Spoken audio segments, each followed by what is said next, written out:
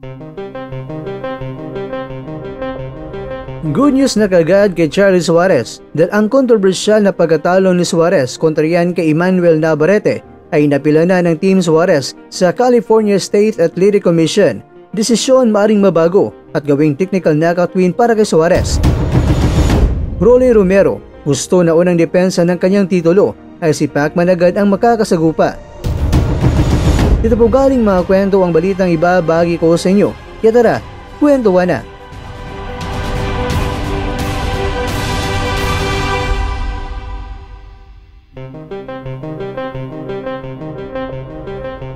Inapila ng Team Suarez noong Martes, May 12, 2025 ang kanyang pagkatalo sa technical na decision win kay Emmanuel Navarrete sa California State Athletic Commission at ang apila na iyon ay diringgin ngayong darating ay kadalawa ng buwan ng Hunyo.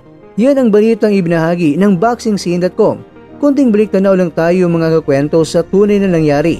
Si Suarez ay natalo sa kanyang unang pagkatalo sa 19 na laban sa Pichanga Arena sa San Diego sa isang paligsahan para sa WBO Junior Lightweight title matapos hinto ng ringside physician na si Dr. Robert Ruelas 1 segundo sa ikawalong round dahil sa hiwang natamo ni Navarrete sa ibabaw ng kaliwang kilay dahil ang referee na si Edward Colantes sa una ay nagpasya na ang isang hindi sanadyang salpukan ng ulo ay naging sanhi at ang opisyal na video replay ni Jack Reese ay hindi agad na makahanap ng anumang footage upang pabulaanan ng claim na yon.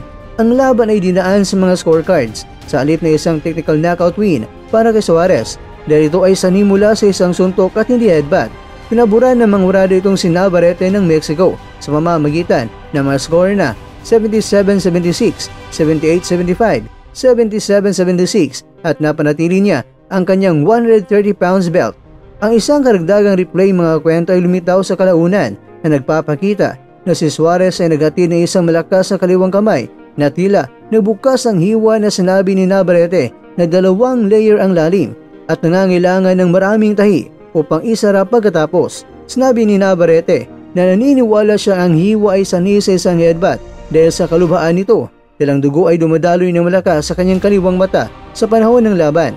Sa kanyang apela noong Lunes ang umaga mga kakwento, hiniling ni Suarez sa komisyon ng California na igawad sa kanya ang tagumpay na technical knockout win o no contest ang laban na unang sinabi na isang miyembro ng komisyon sa boxing scene na maaring maging isang posibleng resulta pagkatapos lumabas ang makaragdagang replay. Sinabi naman ng presidente ng WBO na si Gustavo Oliveri na hihintayin niya ang desisyon ng komisyon bago mag-order ng rematch o di kaya'y igawad na kay Suarez ang technical victory win.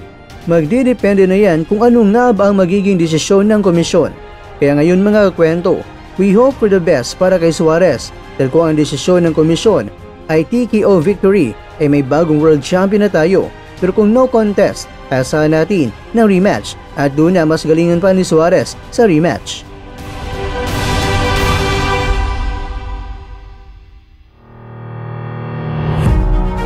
Mga kakwento, kung matuloy ang laban ni Pacman at ni Mario Barrios, manalo man si Pacman o matalo, ay gusto ni Rolly Romero na si Pacman ay makakarap niya. Total wala naman daw pake si Pacman na matalo. Kaya pagbibigyan talaga niya si Pacman na itaya ang kanyang world title belt. Pagkatapos na nilampaso niya si Ryan Garcia, si Pacman agad isusunod niya. Ikaw ang kwento. Ano ang masasabi mo sa panghamon ni Romero sa ating pambansang kamao?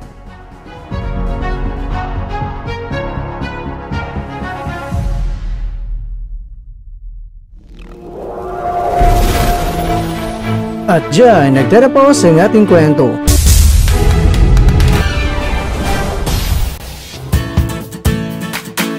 Maraming salamat mga kakwento sa inyong panonood. Pero baka naman mga kakwento ay nagustuhan niyo po ang kwento natin ngayon. Baka pwede niyo po akong mabigyan dyan ng like, subscribe at pa-click na rin sa bell button.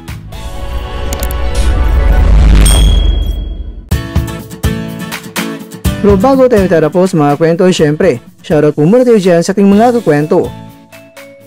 Kay kakwentong Papa Lukaku, kay kakwentong Golden Punch, kay kakwentong Bert Ortega, at ikaw kwentong nanonood ngayon, shoutout sa iyo dyan.